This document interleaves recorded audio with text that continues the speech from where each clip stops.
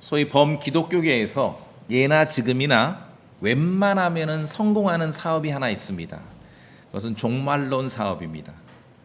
종말론 사업은요, 제가 볼 땐 90% 이상 성공합니다. 왜 그렇습니까? 종말론은 사람들에게 불안과 두려움을 심어주고 사람들의 불안과 두려움을 담보로 하면서 하기 때문에 그렇습니다. 그래서 주변에 보면은 시한부 종말론이 아닌 토종 이단은 없어요. 사실은 이렇게 다 살펴보면은 전부 거의 시한부 종말론입니다. 성경을 읽든지 읽지 않든지 믿든지 믿지 않든지 이 사람들의 관심은 때와 시간에 있습니다. 때와 시간에. 어느 정도 이것이 습관이 되냐면은 우리도 그렇잖아요. 누굴 만나면은 궁금해. 뭐가 궁금해요? 언제 구원받았어요? 때와 시간이에요. 사실 그게 뭐 나쁜 말은 아닌데 성경은 가만 성경을 읽어보면은 언제 어떤 개인에게 언제 구원받았어요? 라는 질문보다 더 좋은 질문은 어떻게 구원받았어요지요? 어떻게 구원받았어요? 근데 우리는 늘 때와 시간에 관심을 둡니다. 사실은 제자들도 예외가 아니에요. 제자들도. 때와 시간에 관심을 두고 있는 제자들도. 자, 이 마가복음 13장은요, 지난주에 우리가 찾았던 누가복음 21장 본문과 또 그 유명한 마태복음 24장 본문과 같은 내용입니다. 그 유명한 종말론 설교예요. 거의 내용이 비슷하지만 부분 조금 달라요. 이 결론이 그 유명한 종말론 설교인데 이 결론이 어떻게 시작해서 나왔냐 하면은 여기 보시면은 앞에 가셔서 마가복음 13장의 4절을 보세요. 예수님께서 이제 앞서 성전이 무너질 거다. 돌 하나도 돌 위에 남지 않을 거다라고 말씀하시니까 제자들이 전부가 온 게 아니라 베드로와 야고보와 요한과 안드레가 와가지고 은밀하게 여쭙습니다. 질문 내용을 보세요. 4절에 제자들이 예수님께 그 엄청난 내용을 들었어요. 지금 성전이 무너질 거다. 이건 대단한 일이거든요. 성전이 무너질 거라는 거는요, 사실은 이 이스라엘의 역사가, 유대인의 역사가 사라질 거라는 의미거든요. 4절에 근데 뭐라고 묻습니까? 제자들이 우리에게 말씀해 주셔서 어느 때에 이런 일이 있으리까? 궁금증은 늘 뭡니까? 때와 시간에 있습니다. 언제 이런 일이 있습니까?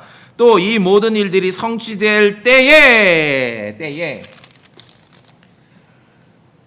사람들의 관심은 때와 시간입니다. 제자들도 마찬가지였습니다. 때와 시간, 이 예루살렘 성전이 무너질 거다. 그러니까 너희들 이 이스라엘 민족의 역사가 완전히 단절될 거라는 그런 엄청난 이야기를 들으면서 제자들의 관심은 때와 시간이죠. 언제요? 언제? 나쁜 말은 아니지만 가만히 보면은 그냥 관심사가 거기밖에 없어요. 그래서 주께서 오시는 때와 세상 끝에 소위 종말에 일어날 사건들이 언제 있을 겁니다. 언제입니까? 라고 묻는 제자들에게 대답으로 주신 말씀이 우리가 함께 읽은 이 본문 내용입니다. 사실 32절이 가장 중요한 요절이겠죠. 중요한 구절이겠죠. 결론은 뭡니까? 아들도 알지 못하며 아버지께서만 아시느니라. 아들도 알지 못하며. 모든 어떤 종말론 관련된 사건들, 주장도 많고 이론도 많습니다. 그러나 오늘 말씀을 통해 결론 딱 하나만 알아두시면 됩니다. 결론 뭡니까? 아들도 알지 못한다. 아들도 알지 못하며 아버지께서만 아시느니라. 요 내용, 때와 시간, 날과 시각에 대한 것은 아버지의 독점적인 그러한 권한 안에 놓여 있다는 것입니다. 앞으로 이 땅에 어떤 일이 일어날 것인가? 종말에 관해서 때와 시간을 아는 것이 능력인 줄 착각하는 사람들이 많습니다. 그러나 우리에게 있어서의 능력은 십자가에 못 박히신 그리스도를 선포하는 것이 우리에게 있어서의 능력입니다. 때와 시간을 자랑하는 것이 능력이 아닙니다. 때와 시간에 집착하면은 엉뚱한 소리들을 하는 거예요. 때와 시간을 말하는 사람들에게 오늘 이 말씀을 꼭 기억해 두십시오. 아들도 알지 못하며 당신이 그 아들보다 더 높냐 이거죠. 자, 이제 흔히 들어볼 수 있는 것이, 목사님 요새 세상 돌아가는 일을 보니까 참으로 때가 가까운 것 같습니다. 뭐 자주 들어요. 뭐 그렇게 나쁜 말은 아니에요. 근데 저는 별로 듣고 싶은 말은 아니에요. 또 목사님 세상 돌아가는 거 보니까 때가 가까운 것 같다고. 근데 오늘 이제 말씀 앞에서 우리가 한번 냉철하게 생각해 봅시다. 굉장히 그럴듯하지요? 근데 물어보셔야 돼요. 세상 돌아가는 뭐? 세상 돌아가는 거 뭐요? 물어보셔야 돼요. 뭐 말이에요, 뭐? 그럼 여러 가지 얘기가, 뭐 최근에는 뭐 그 소돔마인, 뭐 그 남색하는 자,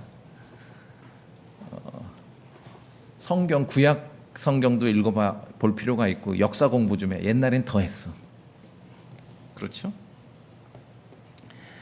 자, 이제 흔히 하는 일이 이제 요새 뉴스 보시니까 지금 뭐 전쟁이 막 한 군데만 있는 게 아니라 여기도 터지고 저기도 터지고, 이거 세상 돌아가는 거 전쟁이 많아지는 거 보니까 목사님 종말의 어떤 징조 아니냐고.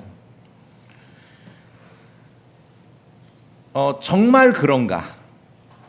주님의 말씀을 정확하게 읽어야 돼요.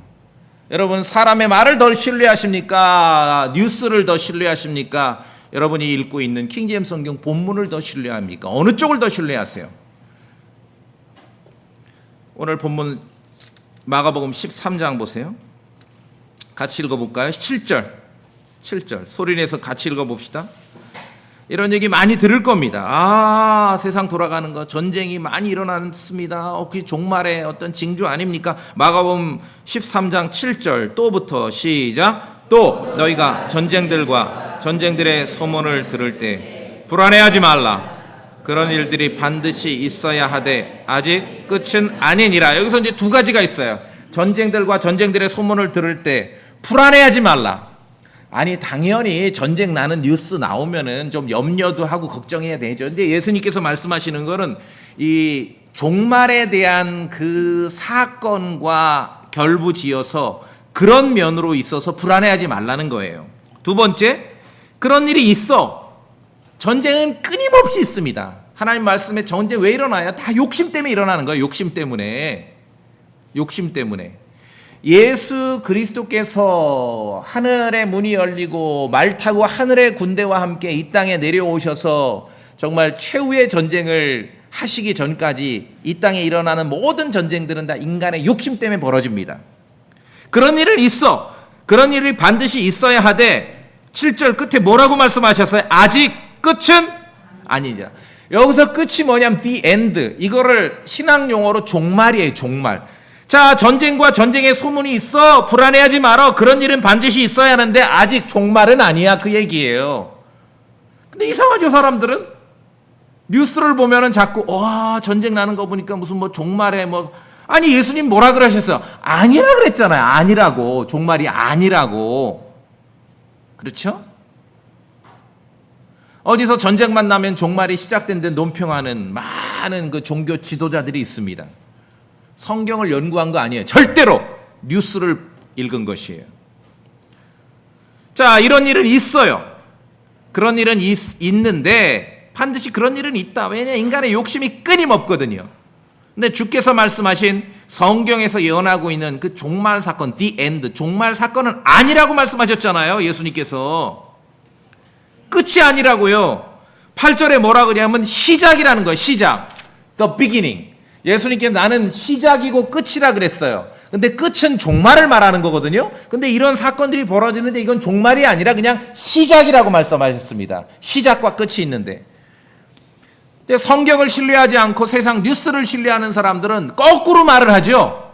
거꾸로. 예수님은 시작이라 그랬는데 자꾸 끝이라고 말해요. 예수님께서는 그냥 종말이 아니라고 그랬는데 자꾸 종말이라고 말해요. 거꾸로 말하는 거예요. 거꾸로. 8절 끝에 뭐라고 돼 있습니까? 계속 전쟁이 나고 지진이 일어나고 기근이 있고 재난이 있는데 8절 끝에 고통에 뭐라 그래요? 시작, 비기닝이라고요. 예수님은 나는 비기닝, 시작이고 the end, 끝이라고 말씀하셨는데 사람들이 생각하는 와 세상 돌아가는 거 보니까 종말의 징조 아닙니까? 예수님은 뭐라고 하셨어요? 2000년 전에 이미 그거는 the end, 종말이 아니야. 그건 비기닝이야. 그렇죠? 시작과 끝인데 거꾸로 말을 해요. 사람들은 거꾸로. 부활하시고 승천 직전에 이제 제자들과 이렇게 면담하시는데, 자, 부활하시고 나서 이제 하늘로 올라가시기 직전입니다. 그 순간에도 제자들의 관심사는 뭐였습니까? 때와 시기였죠.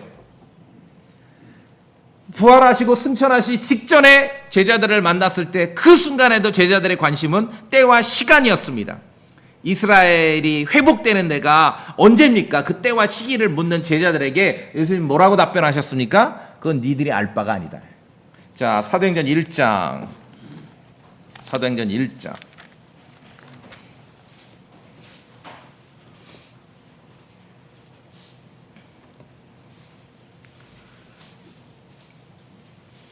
자, 사도행전 1장의 5절을 먼저 봐야 됩니다. 이 승천 직전에 이제 제자들을 만나시고 이제 떠나시는 거 아닙니까? 굉장히 엄중한 시간이잖아요. 5절에 뭐라고 말씀하시냐면은 사도행전 1장 5절에 이는 참으로 요한은 물로 침례를 주었으나 너희는 이제부터 많은 날이 지나지 않아 성령님으로 침례를 받을 것이기 때문이라. 와, 되게 지금 대단한 말씀을 하신 거죠. 그런데 이 이야기를 들은 제자들의 궁금증은 뭐냐 하면은 6절입니다. 그러므로 우리 성도님들 읽어보세요. 그러므로 6절 시작. 그러므로 그들이 함께 왔을 때 그분께 여쭈어 이르되 주여 주께서 이때 그 왕국을 이스라엘에 다시기로 시키려 하시나이까. 예수님께서는 지금 승천 직전에 성령 침례를 말씀하시거든요. 그 제자들의 궁금증은 근데 뭡니까? 때와 시간이에요. 때와 시간. 그러자 주님께서는 그들에게 말씀하셔요. 7절에 그분께서 그들에게 이르시되 때나 시기는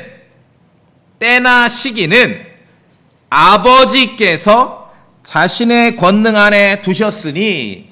여기까지만 하셨으면 정말 예수님다워. 그런데 그 다음 문장은 통쾌하죠. 아버지께서 자신의 권능 안에 두셨으니 그 다음에 뭐라 돼? 그것들은 너희가 알 바가 아니요. 너희가 알 바가 아니요. 띄어쓰기 잘하셔야 돼요. 알 바가 아니요. 띄어쓰기 못하면 이게 알바인 줄 알아. 때와 시기 얘기하는 게 알바. 종말론 비즈니스를 하는 거야. 알바로 자꾸. 너희가 알 바 아니요.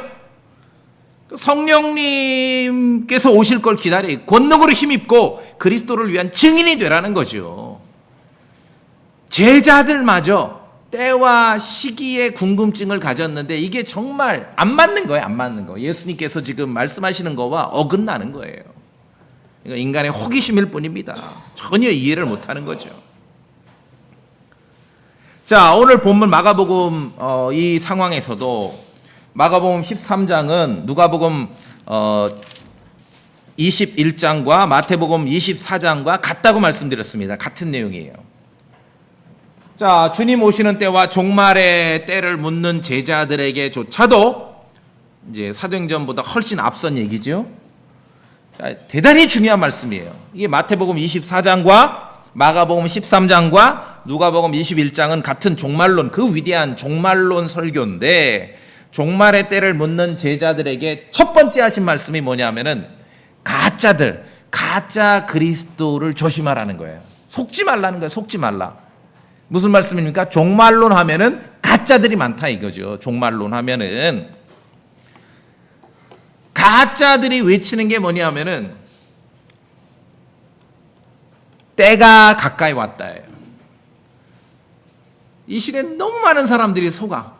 가짜들이 주장하는 게 뭐냐면 때가 가까이 왔다는 거라니까요. 예수님이 그렇게 경고하셨어요. 종말론에 대한 구체적인 내용 말씀하시기 전에 첫 번째 종말론에서 가장 중요한 거는 속지 말라는 거예요. 말씀드렸죠? 예나 지금이나 종말론 비즈니스는 대부분 성공하거든요. 성경을 기반으로 하지 않기 때문에 사람들이. 가짜들의 주장은 때가 가까이 왔다. 마가복음 13장과 누가복음 21장은 같은 맥락이라고 말씀드렸습니다. 한번 볼까요? 누가복음 21장. 누가복음 21장.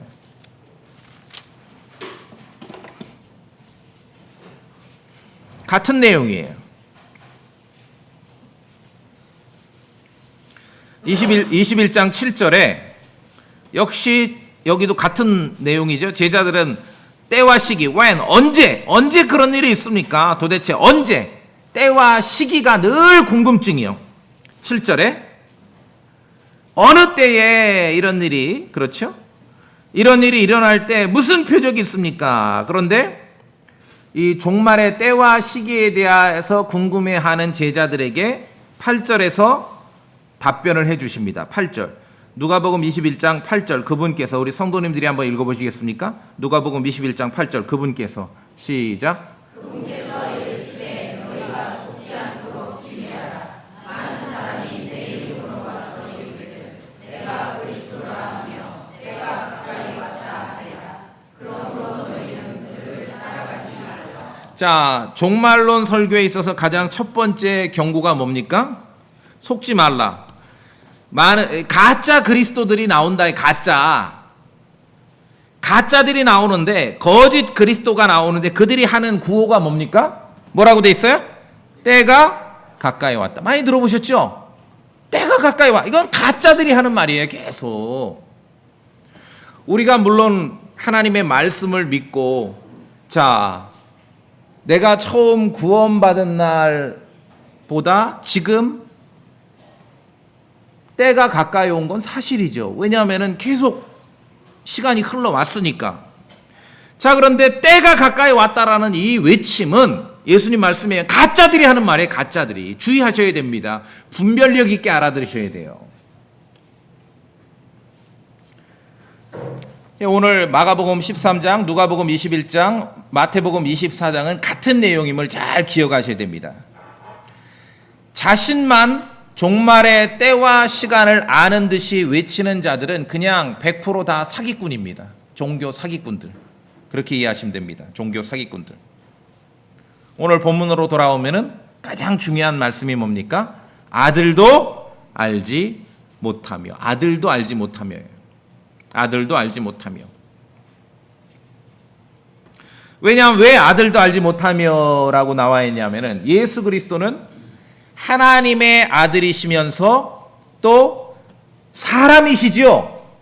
하나님의 아들이시기도 하지만 사람의 아들, 사람이시기도 합니다. 그런 면에서는 아들도 알지 못하는 거예요. 사도행전 1장에도 나오듯이 이 때와 시기에 대한, 종말의 허다한 사건의 때와 시기에 대한 그 권한은 아버지께 독점적으로 있는 권한이에요. 그 누가 아냐고. 인간이 근데 알아. 그냥 100% 종교 사기꾼입니다. 뭐 소위 교회가 채어 올라가는 사건, 뭐 휴거 사건이라든지 재림이라든지 대환란이라든지 뭐 예루살렘의 뭐 성전 건축이란 뭘 자꾸 때와 시기를 정하는 자들, 그냥 100% 종교 사기꾼이거나 게으른 거짓말장이들이거나. 왜? 아들도 알지 못하며 아버지께서만 아시느니라. 그렇게 돼 있죠. 아들도 알지 못하며. 그래서 맥락 없이 문맥 무시한 채 함부로 강조되는 말은 혼란을 가져옵니다. 자, 그냥 때가 가까운 건 사실이에요. 왜냐하면은 제가 구원받은 날보다 지금 훨씬 가까운 건 맞죠? 예수님께서 오시는 날, 어느 날인지 모르지만 그 날을 향해 수학적으로 수렴하고 있는 거예요. 그러니까 어떤 면에서는 하나만한 소리예요. 지난주보다 일주일 줄어들었잖아요. 어제보다 하루 더 줄어들었고, 너무 당연한 거예요. 그럼 우리가 알아야 될 게 뭐냐 하면은, 자, 로마서 13장을 보세요. 로마서 13장.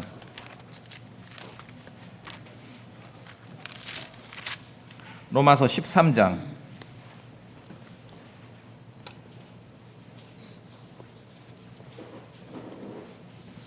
11절에서, 로마서 13장 11절에서 알아야 될 때가 뭐냐 하면은, 자, 11절, 로마서 13장 11절 우리 다 같이 읽어볼까요?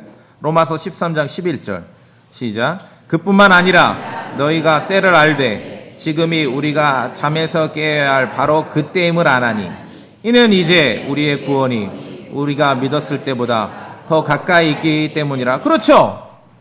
아니, 당연히 여러분이 믿은 날보다 지금 더 가까웠죠? 그건 너무 당연한 거예요. 그렇다고 해서 우리가 주님이 오시는 날, 교회가 채어 올라가는 그 휴거의 날을 아는 게 아니죠. 그럼 우리가 알아야 될 때가 있는데, 그건 뭐냐 하면은 잠자지 말고 지금 깨어날 때라는 거죠.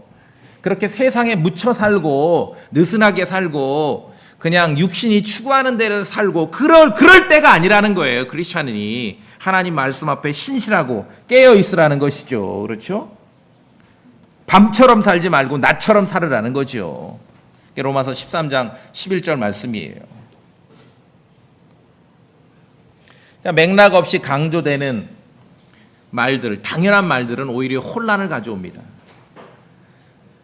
때가 가까이 왔다. 이 구호는 물론 하나님의 말씀에 때가 가까이 왔다라는 그런 말씀들을 자주 가끔 언급합니다. 그러나 때가 가까이 왔다라는 구호는 누가 첫 번째 한다라고 경고하셨습니까? 가짜들이 한다고 말씀하셔요.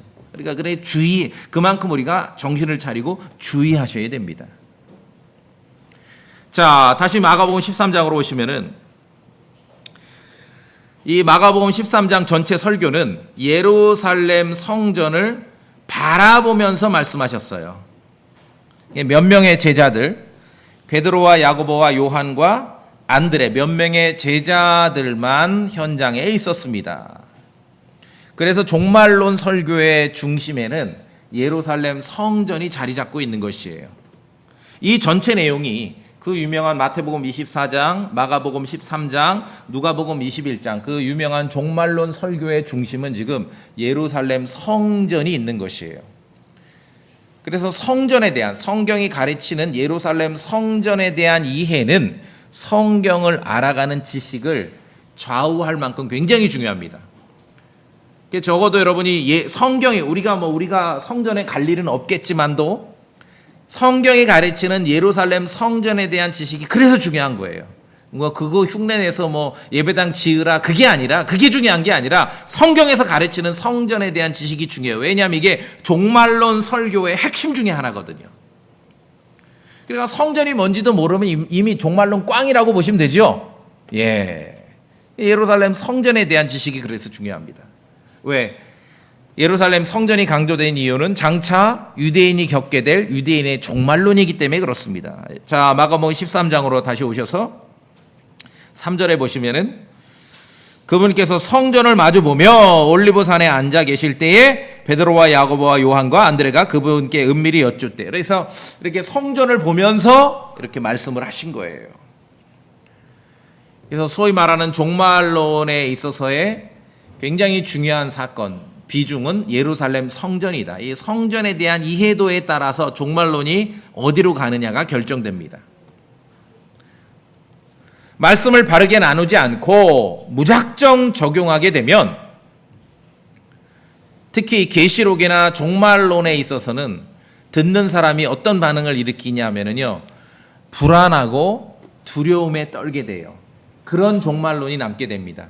이게 뭐냐면 처음에 말씀드린 대로 종말론 비즈니스예요.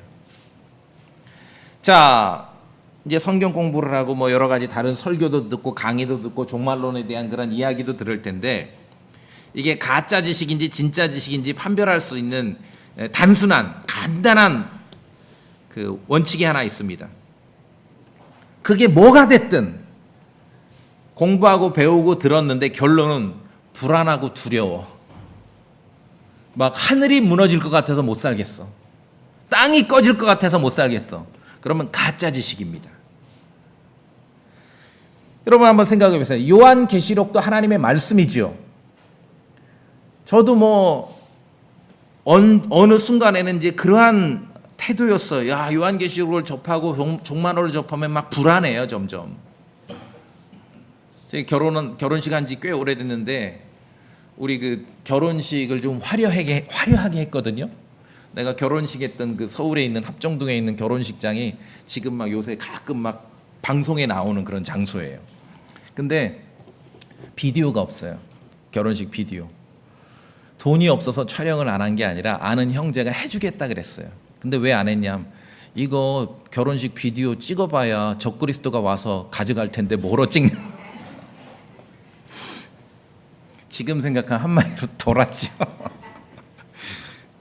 왜? 불안하니까 뭐를 그냥 제대로 할 수가 없는 거예요. 계시록을 공부하고 종말론을 공부하면은, 자, 가짜 지식인지 진짜 지식인지 어떻게 판가름합니까? 결론, 설교를 듣건 공부를 했건 책을 읽건 여러분 뭘 접했는데 불안하고 겁나고 두려워서 살 수가 없어. 정상적으로 막 교회 가기도 겁나고. 그럼 가짜 지식입니다. 가짜 지식. 데살로니가서 2장에 들어보세요. 너희는 영으로나 막 어디 뭐 천사가 나타나서 말을 했다 그러고 뭐 기도하는 중에 음성이 들렸다 그러고, 너희는 영으로나 말로나 혹은 우리에게서 받았다는 편지로나 그리스도의 날이 가까이 왔다고 해서 쉽게 마음이 흔들리거나 불안해하지 말라. 오늘 마가복음 13장 그 유명한 종말론 설교에도 그렇고요, 뒤에 데살로니가서 2장도 그렇고요, 성경에서 앞으로 장차 이 땅에 어떤 일을 일어날지를 알려주시는 내용, 그 말씀이 나올 때마다 교회 성도들에게 주시는 말씀은 불안해하지 말라는 거예요. 불안해하지 말라.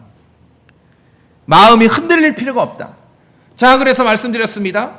종말론이든 요한계시록이든, 요한계시록도 하나님의 말씀이잖아요. 요한계시록을 읽어도 정말 인내와 위로를 얻을 수 있어야 돼요. 소망을 가질 수 있어야 돼요. 근데 사람들이 계시록을 읽으면 막 불안에 떨거든요. 가짜 지식인지 진짜 지식인지 어떻게 합니까? 어떤 설교를 듣고 어떤 책을 읽고 어떤 강의를 들었는데 겁나. 막 제대로 살 수가 없어요. 그건 가짜 지식이에요. 여러분의 마음을 흔들리게 만들고 불안하게 만들고 그런 건 가짜 지식이에요. 하나님의 말씀은 우리에게 인내와 위로를 주고요, 소망을 준다는 거죠. 여러분, 요한계시록도 하나님의 말씀인 걸 믿으시죠? 종말론도 하나님의 말씀이에요. 그 말씀을 통해 우리에게 인내와 위로와 소망을 주는 거예요. 왜? 말씀을 바르게 나눠야 하기 때문에. 자, 그래서 다시 마가복음 13장으로 오시면은, 마가복음 13장은 마태복음 24장과 같은 내용이라고 말씀드렸습니다. 한 구절 봅시다. 10절에, 마가복음 13장 10절에, 자, 우리 성도님도 한번 읽어주시겠습니까? 마가복음 13장 10절, 또 10절, 13장 10절, 또 시작.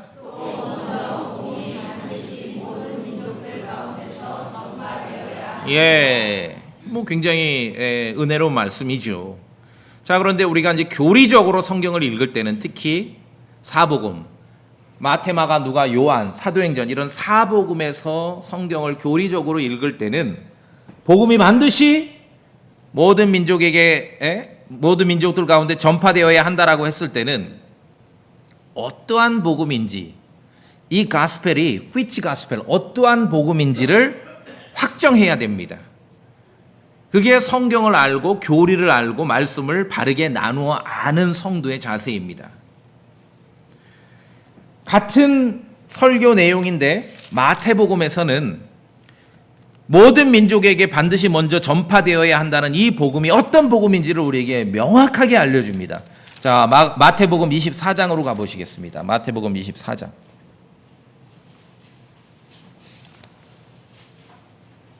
마태복음 24장.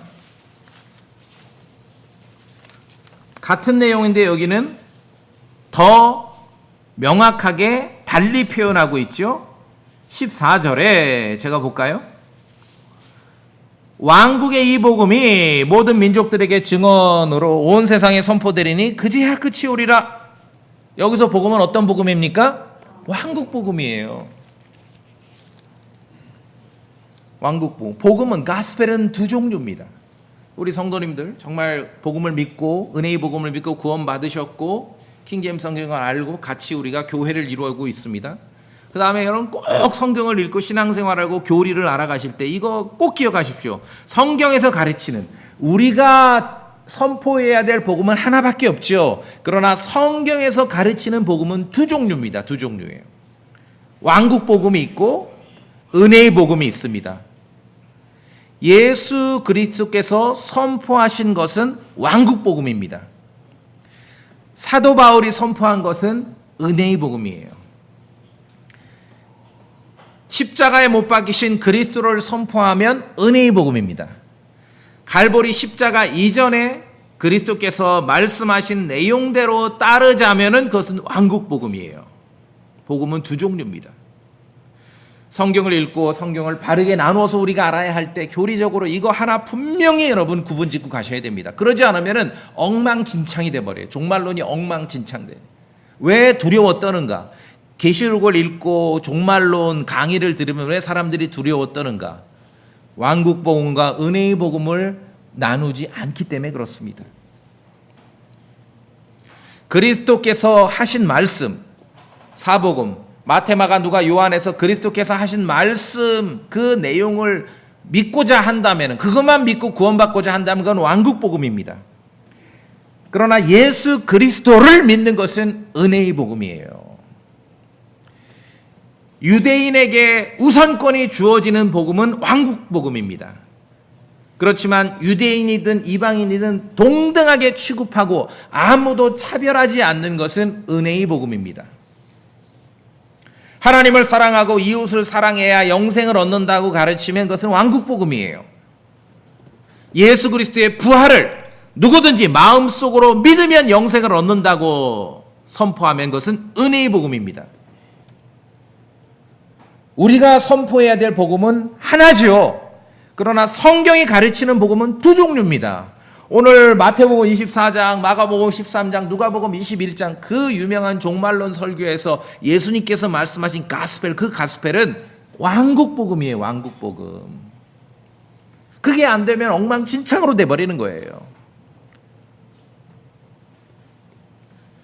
그래서 뭔가 예수님에 대해서 말하고 복음에 대해서 말하고 종말론에 대해서 말하는데 내용을 보니까 뭐 그렇게 나쁜 말은 아닌데 막 좋은 말로 막 너무 장황하게 복잡하게 말하는 사람이 있다면 여러분은 바로 알아채셔야 됩니다. 그것은 왜냐하면 정확하게 몰라서 그러는 것이에요. 하나님의 말씀을 바르게 나누고 진리를 교리를 올바로 안다면 똑 떨어지게 구분해서 설명해야지요. 다시요? 우리가 선포해야 될 복음은 하나밖에 없습니다. 은혜의 복음이지요. 우리 죄들로 인해 십자가에서 죽으시고 묻히셨다가 셋째 날 부활하신 예수 그리스도를 선포하는 것입니다. 어떤 죄인이라도 예수 그리스도를 마음으로, 그분의 부활을 마음으로 믿으면 구원을 받는 것이에요. 우리가 선포할 복음은 하나밖에 없습니다. 그러나 성경에서 가르치는 복음은 두 종류입니다. 두 종류. 왕국의 복음이 있고 은혜의 복음이 있어요. 이걸 성경을 읽고 공부하고 교리를 알면서 이거 구분하지 않으면 엉망진창이에요. 그 구분하지 않기 때문에 종말론 비즈니스가 돈이 되는 거예요. 돈이 되는 거예요. 바르게 나누면 안 돼요. 왜? 바르게 나누면은 불안하던 마음이 사라지고 막 은혜롭거든요. 왜냐하면 비즈니스가 되려면은 사람들이 계속 불안에 떨게 만들어야 되거든요. 바르게 나누면은 불안한 마음이 없어져 버리거든요. 종말론 비즈니스는 엉망진창 막 뒤죽박죽 만드는 것입니다. 두 개의 복음을 나누지 않으면 모든 성경 구절을 붙들고 사람들을 불안에 떨게 만들고 막 다 하려 그러는 거예요. 보세요. 자, 마가복음 13장. 왕국 복음과 은혜의 복음을 구분하지 않으면은 마가복음 13장으로 다시 오시면은 이 종말론 설교, 종말론 내용을 읽으면서 제가 볼 때는 이 뭐라 그래야 돼? 박해 강박증에 빠져요. 핍박 강박증. 왜 그러냐면 자 여기 보세요. 마가복음 13장에 앞에도 많이 있지만 12절에 어떻게 돼 있어요? 한편 형제가 형제를 아버지가 아들을 자 이 내용이 지금 제자들이 예루살렘 성전이 무너질 거라고 예수님 말씀하시니까 언제 이런 일이 있습니까? 종말의 사건이 언제 일어납니까? 그 질문에 대한 답변으로 쭉 하신 말씀이에요. 근데 12절에 한편 형제가 형제를 아버지가 아들을 배반하여 죽음에 넘겨주겠고 자식들이 자기 부모를 대적하여 일어나 그들을 죽게 할 것이며, 이런 구절들 때문에 많은 크리스천들이 이 핍박 강박증에 빠져 있는 거예요. 박해 강박증. 더하여서 13절 보세요. 자, 13절. 성도님들이 한번 읽어주시겠습니까? 마가복음 13장 13절. 또 시작.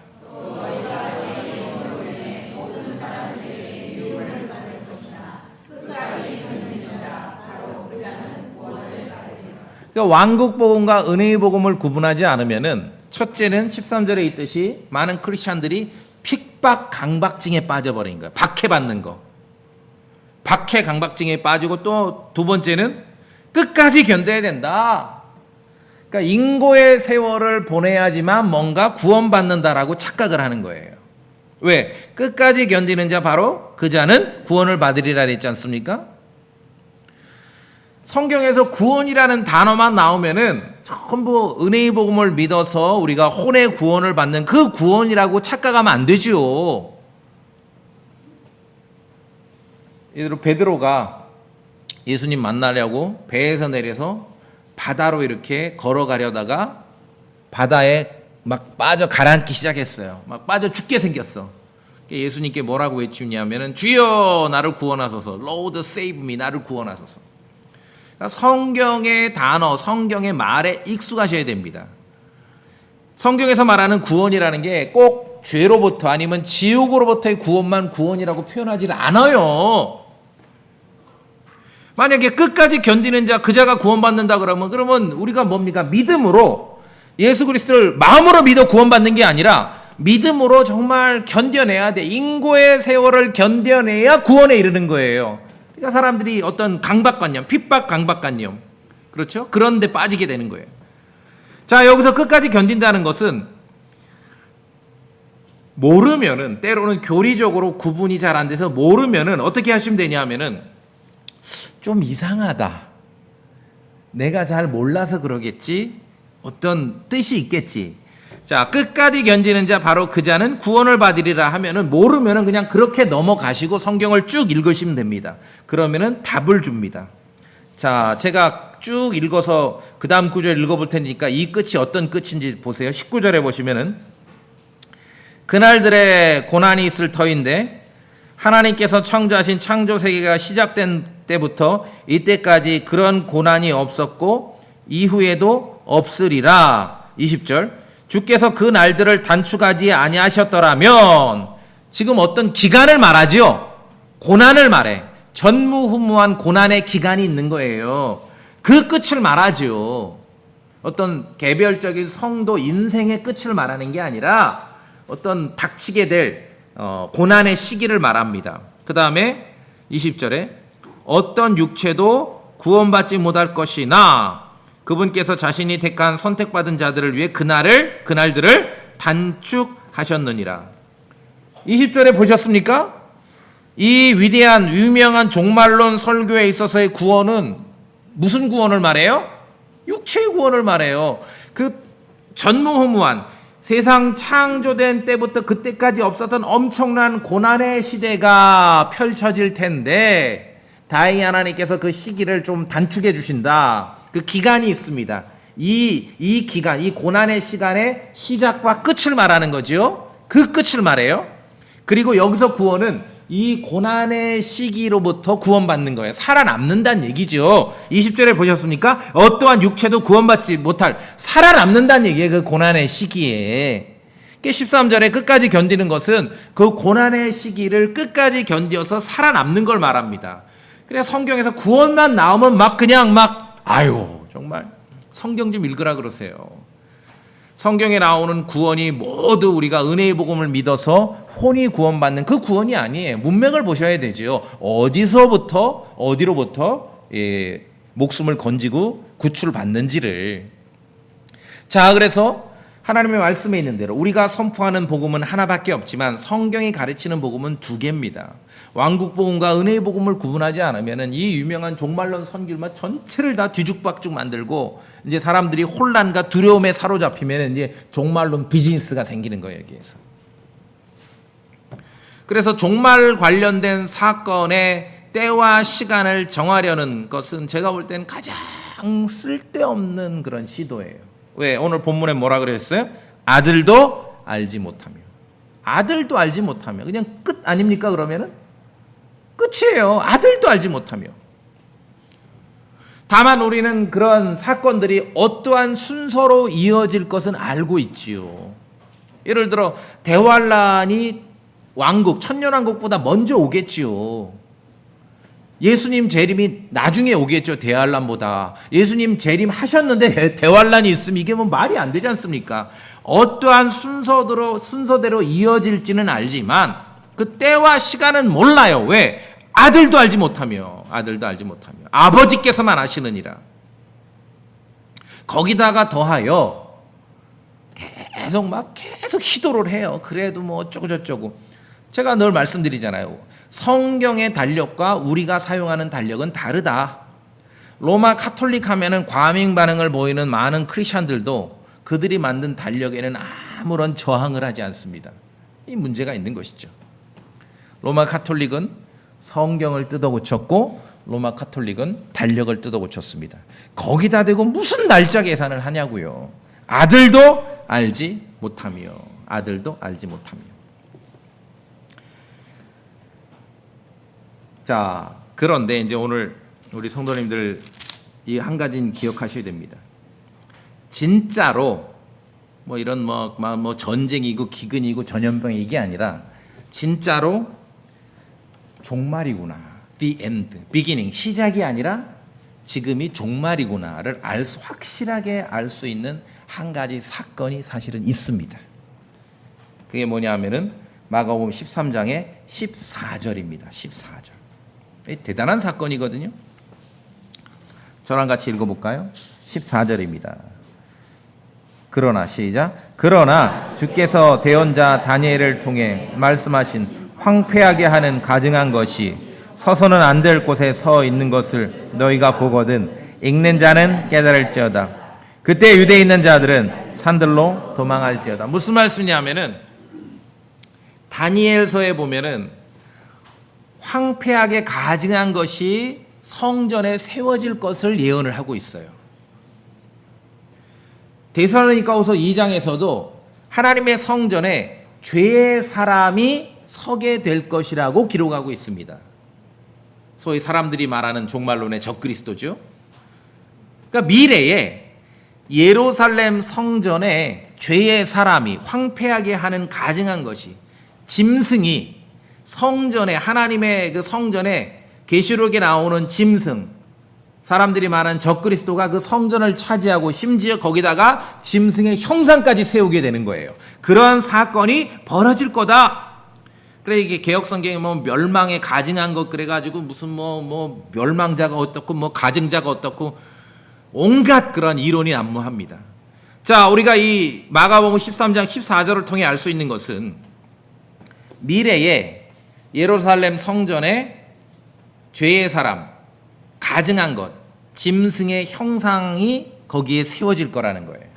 짐승이 하나님의 성전을 차지할 것입니다. 그럼 여기서 우리가 알 수 있는 것은 지금 예루살렘에 성전이 없죠? 미래에 예루살렘에 성전이 세워질 거구나. 그걸 아는 거예요. 추리를 해서. 미래에 건축될 예루살렘 성전에 짐승이 앉을 것이고 거기에 짐승의 형상이 세워질 거예요. 그게 마가복음 13장 14절인데 이 14절이 그래서 중요해요. 미래 유대인들은 이 사건을 보고 자기들이 속았다는 걸 알게 될 거예요. 가짜구나 저자가 가짜구나. 그때 알게 될 거예요. 이 14절 사건을 보고 지금이 종말이라는 걸 알게 되는 거예요. 이 유대인들 얘기죠. 유대인들 얘기예요. 지금 예루살렘 성전이 있지도 않아요. 그래서 소위 이제 종말론자, 시한부 종말론자들이 그렇게 예루살렘 성전 건축을 과도하게 강조하는 이유가 뭔가 어디서 본 건 있기 때문에 그렇습니다. 미래에 예루살렘의 성전이 건축될 것은 맞습니다. 왜냐하면 성전이 있어야 짐승이 거기를 차지하게 될 거 아니겠습니까? 그런데 은혜의 복음을 믿는 우리 교회 성도에게 있어서 내일 모레 당장 예루살렘의 성전이 건축된다 하더라도 우리에겐 큰 의미가 없습니다. 왜? 은혜의 복음이 선포되는 지금은 제가 몇 주 전에 설교했죠? 교회가 하나님의 성전이기 때문에 그렇습니다. 우리에게는 물리적인 성전을 주신 적이 없어요. 물론 예루살렘의 건물로서 성전이 세워지는 것을 볼 수 있을지 없을지는 모르겠습니다. 그러나 뭔가 건물이 세워진다 하더라도 그것은 교회와 아무 상관이 없습니다. 은혜의 복음을 믿는 성도들과는 아무런 상관이 없어요. 왕국 복음과 은혜의 복음을 구분하지 않으면은 이 성전에서 헷갈려 버리는 거예요. 왜 은혜의 복음을 믿고 예수 그리스도를 믿는 사람들이 그렇게 예루살렘 성전에 집착을 하는지 모르겠습니다. 왜 그럴까요? 나누지 않기 때문에 그런 것이죠. 지금은 영적인 성전이 더 중요한 시대입니다. 왕국의 복음과 은혜의 복음을 구분하지 않으면 영적인 성전보다 자꾸 예루살렘에 건축될 성전에 집착을 하는 거예요. 있지도 않아요. 그것은 있지도 않아요. 언제 될지도 몰라요. 우리는 성경에 가르치는 대로 은혜의 복음을 믿는 교회는 영적인 성전에 더 집중해야 됩니다. 물론 미래에 종말론 설교에 예수님께서 말씀하신 대로 다니엘의 예언도 나와 있듯이 그 성전에 미래에 있을 그 성전을 짐승이 차지하게 되고 짐승의 형상이 거기 세워지게 될 것입니다. 아, 그걸 보고 가짜구나, 가짜 그리스도구나 그들은 알게 되겠죠. 그래서 그 사건을 접하면서 아, 지금이 the end, 종말의 시대구나 그걸 알게 될 것이에요. 자, 이제 마무리 하나만 더. 이스라엘을 볼 때요, 주변의 이방인들과의 전쟁에서 이스라엘이 승리하면은 예수님께서 말씀하신 종말과는 아무 상관이 없습니다. 예수님께서 말씀하신 종말이 되려면은 전쟁에서 이스라엘이 져야 돼요. 제 주장이 아니라 예수님 말씀이 그래요. 누가복음 21장. 자, 마태복음 24장, 마가복음 13장, 누가복음 21장은 같은 맥락이라고 말씀드렸죠? 누가복음 21장 20절. 성도님들이 읽어보시겠습니까? 누가복음 21장 20절. 누가복음 21장 20절 시작.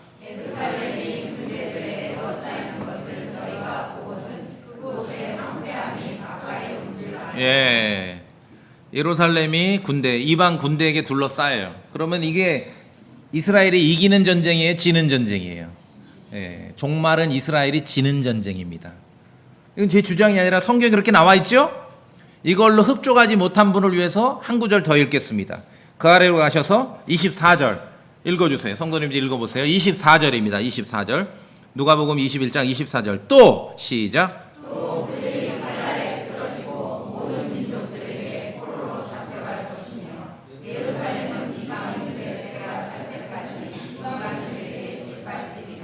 이방인들의 때가 찰 때까지 누구에게 짓밟혀요? 이방인들에게. 이방인의 때는 다니엘서 나와 있지 않습니까? 고대 바벨론 느부갓네살 이후에 이 땅의 패권을 누가 가져가요? 다 이방인이 가져가요. 바벨론, 페르시아, 그리스, 로마, 그리고 짐승의 왕국, 마지막으로 돌의 왕국, 그리스도의 왕국이 세워질 때까지 이 땅은 이방인이 패권을 갖는 시대예요. 바벨론 느부갓네살 이후 하나님께서 세우실 영원한 왕국이 될 때까지 이 세상의 주권, 주도는 이방인이 권력을 갖게 되는 거예요. 이건 성경이 나와 있어요. 그 종말의 사건이 되려면은 이스라엘하고 이방인들이 싸우면은 누가 이겨야 돼요? 이방인이 이겨야 종말의 전쟁인 거예요, 그것이.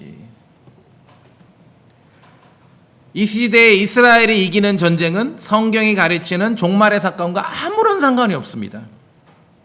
정말로 아무 상관이 없습니다. 정말로. 그리스도께서 오셔서 이스라엘을 영적으로도 완전히 회복시켜서 일으키실 때까지 이스라엘 민족은 하나님 앞에서 역사의 주인공으로 세워지지 않을 것입니다. 이방인의 시대입니다.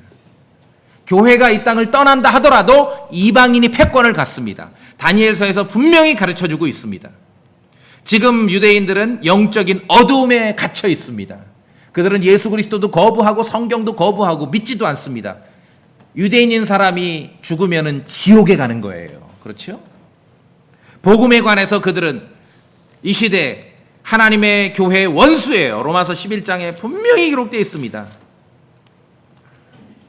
복음에 관하여는 그들이 너희로 인하여 원수들이지만 하나님께서 그들을 아브라함 이후로 선택하신 그 민족에 대해서는 변함이 없어요. 그 약속은 이루어질 것입니다. 나중에 종말의 때에. 그러나 복음에 관해서는 그들은 우리의 원수입니다. 성경 로마서 11장 28절에. 예수님 설교하셨지 않습니까? 이방인의 때가 채워질 때까지는 이방인이 짓밟는 시대예요. 그걸 막 저항을 하는 거예요. 이기려고 하는 거예요. 그러면 성경을 믿는 거예요? 안 믿는 거예요? 거꾸로 가는 거죠. 그래서 제가 늘 말씀드리잖아요. 종말론은 절대로 제가 이 만든 말이죠. 성경 종말론을 해야 된다. 뉴스 종말론을 하면 안 돼요. 뉴스에서 가지고 와서 뭐 성경 종말 100% 그냥 가짜라고 생각하시면 됩니다. 가짜. 자, 신앙에 있어서 때와 시간을 정하려는 것은 정말 이거는 어리석은 시도입니다. 쓸데없는 짓입니다. 왜? 예수님 뭐라고 하셨습니까? 아들도 알지 못하며 때와 시간에 관심을 두기보다는 각자에게 맡겨진 일을 신실하게 감당하는 거지요. 34절에 나오듯이 종은 종에게 맡겨진 일, 또 문지기는 문지기에게, 종은 종으로서 문지기는 문지기로서. 승천 직전에 때와 시기를 묻는 제자들에게 주님 말씀하셨잖아. 니들 알 바 아니야. 성령님의 권능으로 그리스도의 증인으로 살아가라는 거죠. 주님 앞에서 각자 나에게 주어진 삶을 신실하게 살고 언젠가 예수님 만났을 때 그분 앞에서 결산을 봐야 되는 것이에요. 오늘 기억해 두십시오. 그 날과 시각에 대해서 아들도 알지 못하며 아버지께서만 아시느니라. 이 말씀만 기억하면 우리가 결코 속지 않을 수 있겠죠? 예, 다 같이 기도하시겠습니다.